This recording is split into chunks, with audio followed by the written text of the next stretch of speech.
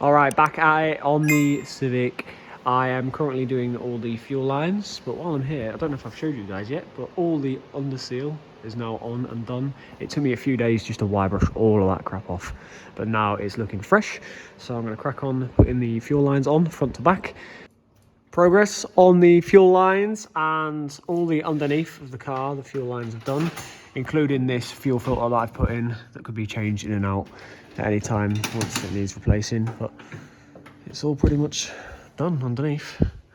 I've tried to do it as neat as possible, but you know, I've riveted them on, and then where there's threads I've put 10 mils on just so it's all secure, so nothing's going to come off, but it all looks good. I just need to do the engine bay of the car. All this is left over, but I'll chop that at the top when I get it down, but that's going to do for tonight. Progress on the fuel lines. So I've got the feed from the tank to the rail all sorted, that's on. Now I've got a return from the rail coming down here to the regulator. So what I'm going to do now is I need to put another piece coming off the regulator to return back to the fuel tank. I was going to try and sort of run it along the chassis leg somehow, but what I think I'm going to do is go along with the feed from the tank and then come down and then have it come underneath the radiator. It's just on that side you've got the drive shaft spinning and then you've got the steering rack moving, so I just want to stay well clear away from any of that stuff, so I think I'm going to go across there. But other than that, I think it's a nice little tidy job. Once it's on the floor, your view will be sort of more like that of the car, so you won't really be able to see it, but it's nice and strong, and I've done a bracket there with 3 bolts holding it on. And then when it's on, all you do is you crack this nut off and then you adjust this like center bolt, and that controls the pressure. And on the rail I've got my gauge, so these K series sort of between I think 50 to 60 psi it wants to sit at, so I'll have a tweak with that when it's all on and done. But I need to go get fuel actually, because I have no fuel, so that's a job for another day because it is getting late. But fuel system wise, once I put this on and that line, I'm pretty much done. Alright, so the fuel system is pretty much finished. I've got both lines running from the bulkhead all the way up to the rail where the feed is, and then the return goes all the way back to the regulator. So that's all completely finished. The only thing I've got left to do is get the injectors.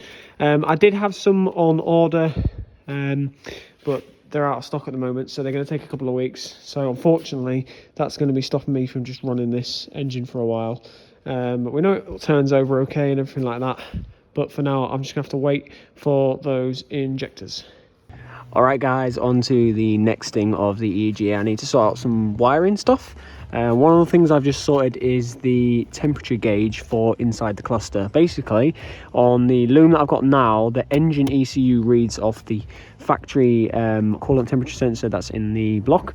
But for me to have one inside the car to read with the dash, I've had to basically put one in. So what I've done now is I've wired one in, and if I show you where it is, it goes in my little coolant block there. So technically I've got 2, one there that the ECU reads off, and this one so that I can have it on my dash so I can actually see what the temperature of the car is.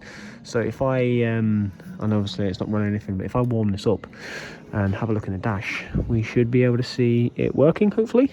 So I'm going to get the blowtorch and make it a little bit warm.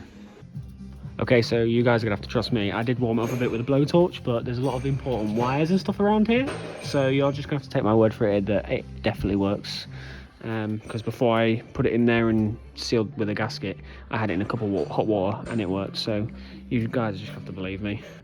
Okay, so the next thing I need to do is this fan switch. Now the switch is that goes in the bottom of the radiator, and this works with the ECU to tell the fan basically to turn on and off when it hits temperature. So I need to run a cable from in here all the way outside the front to the radiator. So what I'm going to do is go along behind the back of the wing like the other loom is, and yeah, get this working. So I'll fast forward to that point.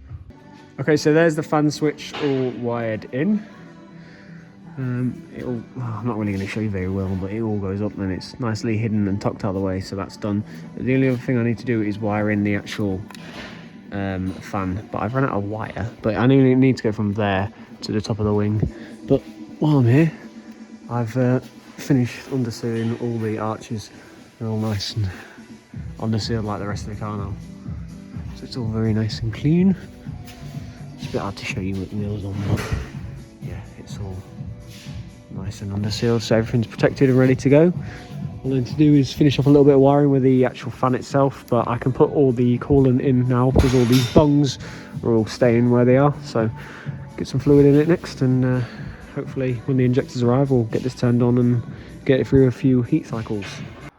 Alright guys, that's going to wrap it up for this video. I'm pretty much stuck now. I'm waiting for the injectors to really do any major progress. I'm going to get the bumpers and the wings back this week, so over the next sort of couple of weeks when I finally get them, we should be able to drive it, run it, hopefully. So the next video I'm going to hold out until it actually is at the point where I can drive it and show you guys like pretty much the finished piece of the car. But other than that, I've got a few little niggly jobs here, like I need to sort that headlight because the bulb's not working, and I need to sort out a couple of little more wiring stuff. But you know, all these little jobs just take that bit of time to just sort and finish and get done. But for now, I'll crack on with that in the background, and you guys in the next video will see this thing running.